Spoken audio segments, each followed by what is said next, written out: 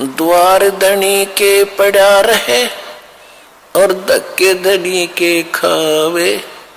100 काल झकझोल ही पर द्वार छोड़ ना जावे।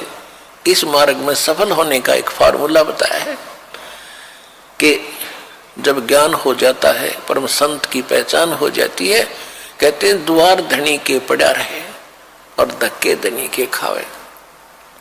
आवे और जावे भगवान के चरणों में, और चाहे कितने ही आपत्ति आप पर काल देवे,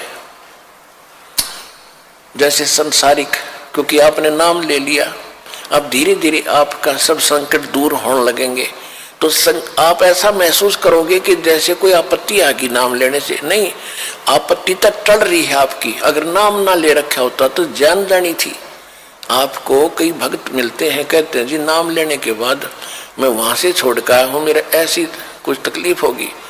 भले आदमी, वहां से तो नरक था, सीधा काल था, वो तेरी जान जानी थी। यहाँ आने के बाद तो तेरी जान बच गई छोटे मोटे इस दुख थे। तो क्या कहते हैं कि द्वार धनी के पड़ा रहे और धक्के धनी के खावे, और 100 काल झकझोल ही, काल बीच में बेशक झटके दे पर द्वार छोड़ नहीं जावे। अब जैसे आप यहाँ आते हो, सतगुरु क्या होते हैं? एक सतगुरु की उपमा ये भी है कि सतगुरु एक धोबी है और जीव है एक कपड़ा जो संसार के कर्मों में घना मैला हो गया। अब धोबी किसी का कपड़ा धोने के लिए आता है, राजा का भी होता है, अधिकारियों के भी होते हैं। उन सभी कपड़ों को कैसे धोता था वो?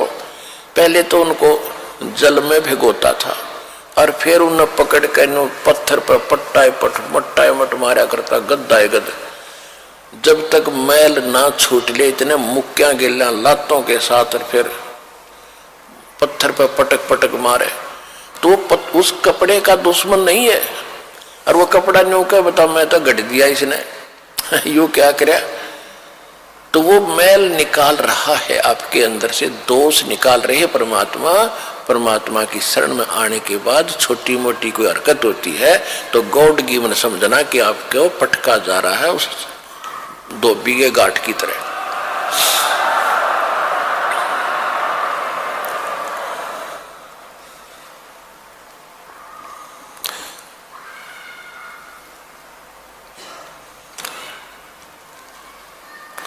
फिर क्या बताया है कि दरस परस नहीं अंतरा पारस,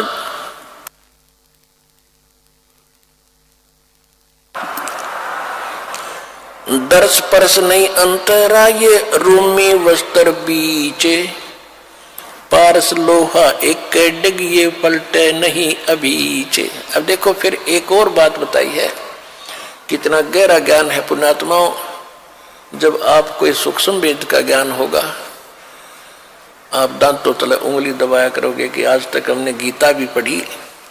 गीता हम इसलिए पढ़ाते हैं कि आप ये समझ सके कि जो ज्ञान पवित्र गीता जी देते हैं, जो पवित्र वेद बताते हैं, पवित्र पुराण बताते हैं, पवित्र ग्रंथ बताते हैं, वही ज्ञान परमात्मा ने 600 वर्ष पहले लिखवा रखा था। और उनको अशिक्षित कहते थे, वो तो वेद शास्त्र जानते भी नहीं थे। तो इससे सिद्ध होगा कि वो परमात्मा थे जो सब सदग्रंथों के परिचित भी थे, और उनसे भी हटकर जो उनमें ज्ञान नहीं वो भी बता दिया। तो भगवान बिना ये ज्ञान बताया नहीं जा सकता। तो परमात्मा को पहचानने का एक ये भी फार्मूला है, एक पॉइंट है। तो क्या बता रहे हैं? दरस परस नहीं अंतरा, ये रूमी वस्त्र बीचे, लोहा पारस लोहा एक डिग, वही पलटे नहीं अबीच। एक पंक्ति में कितना गहराई वर्दी, कितने गुण रहस्य है। क्या बताते हैं कि आप यहाँ सत्संग में आते हैं और जिनके इन वचनों का असर नहीं हुआ तो वो कैसे हैं कि चंदन बन में रंग ला दे, एक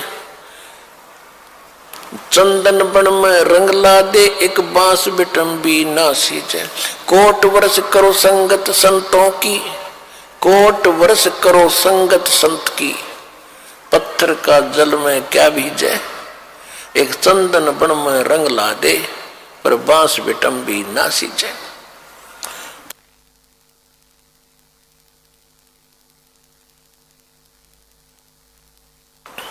क्या बताते हैं कि जैसे सत्संग में भी आते हैं और फिर विकार भी करते हैं, उनके बारे में बताया है कि जैसे करोड़ वर्ष करो संगत संत की, संतों की, पत्थर का जल में क्या भीजे। जैसे पत्थर को जल में डाल दे चाहे 20 फुट नीचे गहराई में, और निकालने के बाद फिर उन दोनों टुकड़ों को तुरंत ही ऐसे रगड़ दो, तुरंत आग पाटेगी, चिंगारी पाटेंगी, निकलेंगी। इससे सिद्ध हुआ कि जल से तो असर होना चाहिए था, वो अंगारी नहीं पाटनी होनी चाहिए थी, नहीं निकलनी चाहिए थी, लेकिन उसके जल का असर नहीं हुआ, वो न्यों का न्यों पड़ा है, एज इट इज विकार उसमें। इसी प्रकार जो सत्संग में आते हैं उनको कहते हैं करोड़ वर्ष करो संगत संतों की, और पत्थर का जल में क्या भीजे, क्या भीगे, और चंदन बन में रंग ला दे, एक बांस बिटम भी ना सींचे। ये सुख संवेद की वाणी है, गरीबदास साहिब जी की वाणी है। क्या बताया कि जैसे चंदन का पेड़ होता है, आसपास के चाहे नीम हो, जंडी हो, कोई पीपल हो, उन सभी आसपास के पेड़ों को अपनी महक छोड़ छोड़ के अपनी सुगंध युक्त कर देता है, और वो भी चंदन जैसी महक देने लग जाते हैं। लेकिन बांस, बंबू जिसकी लाठी बने हैं, कहते वो बांस चाहे उसका साथ उग गया चंदन का, बांस का असर नहीं होता। तो क्या बताते हैं कि कोट वर्ष करो संगत संतों की, और पत्थर का जल में क्या भीजे, और चंदन बन में रंग ला दे, एक बांस बिटम भी ना सींचे।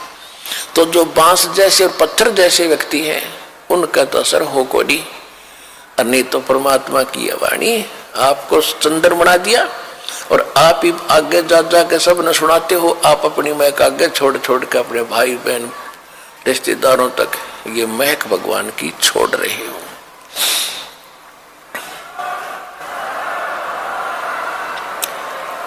अब क्या बताते हैं कि यहां आते भी हैं और सही ढंग से लगते नहीं। उसके विषय में बताया कि दरस परस नहीं अंतरा, और रूमी वस्त्र बीज। जैसे एक पत्थर होता था जिसको पारस पत्थर बोलते हैं, और उस पारस पत्थर में पत्थर जैसा ही होता है, उसकी पहचान नहीं हो सकती। उसकी पहचान यही है कि जिस समय वो लोहे से टच होता है तो पूरे उस लोहे के उस गट्ठे को, जैसे ये गाडर का बिठा दिया किसी कोने में, गाडर होते ना, गाडर आपने देखे कड़ियों की तरह लोहे के गाडर होते लंबे लंबे, एक गाडर का कहीं भी बिठा दिया, टच कर दिया तो पूरे गाडर को सोना बना देता वो। अब क्या कहते हैं कि उस पारस पत्थर और लोहे के बीच में कतीनों साथ साथ रखे हो, और उनके बीच में इतना अंतर हो जैसे पहले रोम से बनकर कपड़ा आता था, बहुत पतला। आवाज नहीं जा रही बाहर।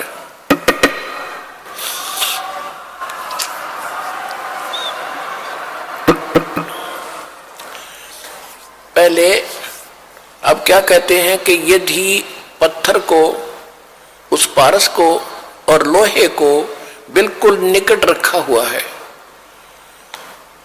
और उसमें केवल इतना अंतर हो जितना रोमी वस्त्र यानी पतली सी वायल होती थी, यानी बिल्कुल बाल से भी कम डिफरेंस भी उसमें हो, आपस में मिलन ना मिले हो, और ये इंतजार कर रहे हो कि दोनों पत्थर भी रख दिया, पारस सोना भी साथ में है, पारस भी रखा है, और लोहा पत्थर सोना बना नहीं। कहते रूमी वस्त्र अंतरा और पारस लोहे बीज, और कहते दर्श परस नहीं अंतरा रूमी वस्त्र बीच, और पारस लोहा एक कर डिग फिर पलटे नहीं अबीच।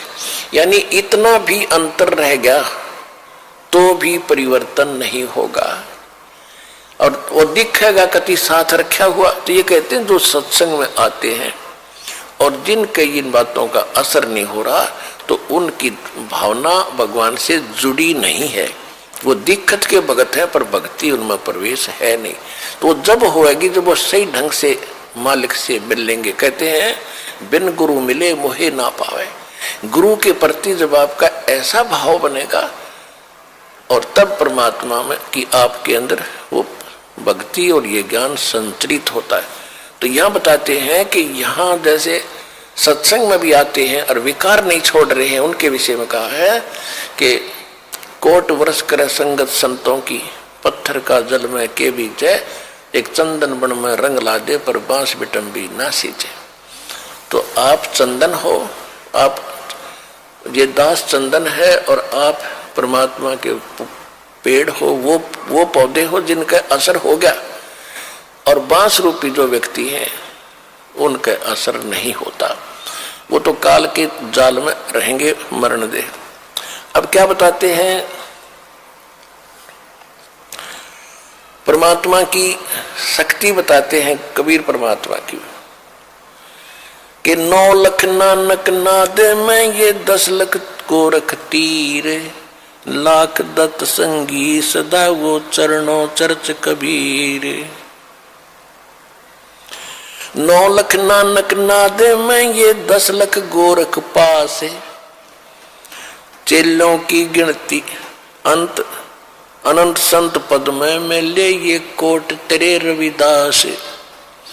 रामानंद से लक्ष्य गुरु ये तारे सिसके भावे, चेलों की गिनती नहीं जो पद में रहे समाये। अब क्या बताते हैं कि कबीर परमात्मा वो समर्थ परमात्मा है, परम अक्षर ब्रह्म है, और परम अक्षर ब्रह्म की जानकारी सतगुरु ही देते हैं। वो कितने समर्थ हैं कि 9 लख नानक नाद में आदरणीय नानक साहेब जैसे महापुरुष अच्छी आत्माएं उनके नाद माने वचन के बच्चे हो लिए बहुत गणे दीक्षित हुए, वो भी पार करे 9 लख नानक नाद में, और 10 लख गोरख तीर, और लाख दत्त संगी सदा चरणों चर्च कबीर।